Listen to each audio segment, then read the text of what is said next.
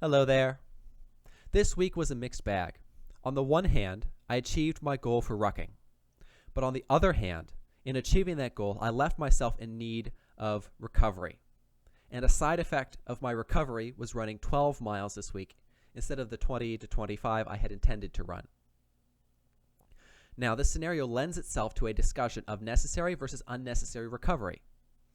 In absolute terms, most of the recovering we do is unnecessary. This is because we can run further, we can do more push-ups, we can read more scientific articles, and we can study more. But when it comes to training, we're not talking in absolute terms. We're talking in longitudinal terms, thinking about the long term. Not what is my peak performance today, but what can I achieve through consistent results over this 2-year degree, or this 4-year degree, or this 6-month training block. It's still important to know where your absolute performance is, and often our goal is in terms of absolute performance. How fast can I run this race? How many push-ups can I do in a minute? How high can my GPA be at the end of this degree? What type of job can I get? How quickly can I be promoted? Those are things we care about.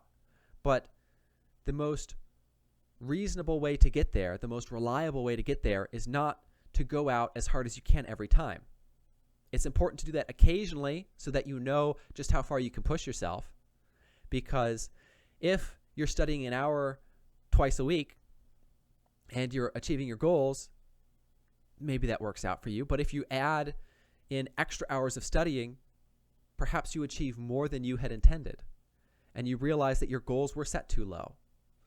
So while we don't always think in absolute terms, and I think absolute terms are dangerous if not combined with longitudinal terms, I think they are important. That you should know just how far you can push yourself, because most of us don't know that.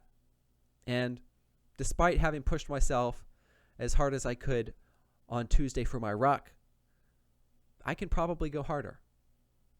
I probably can. It would need a lot of motivation, like perhaps a bear chasing me to do it. But I could go further, and I could go faster. So every now and again, take a step aside, check your absolute performance, whether that be in studying or in running or in push-ups or in anything else. But don't always think about absolute performance. Think about longitudinal performance. Can you achieve this over a year? Can you carry this performance and plateau it over the course of 10 years so that you're in shape for 10 years instead of just being in shape for a year and then out of shape for 9 years? By mixing the absolute and the longitudinal, you will achieve a greater success than if you focused just on the absolute. So, plan for next week is to bring running back up to the 20 to 25 mile mark. Rucking once a week, either Tuesday or Thursday, maybe somewhere between, say, 6 to 8 miles. Nothing as fast as this week. Just going to try and maintain that skill. And then push-ups, pull-ups, and sit-ups, just like they have been the last 2 weeks.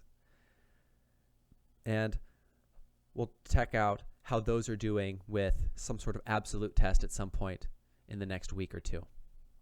So, until next time, cheers.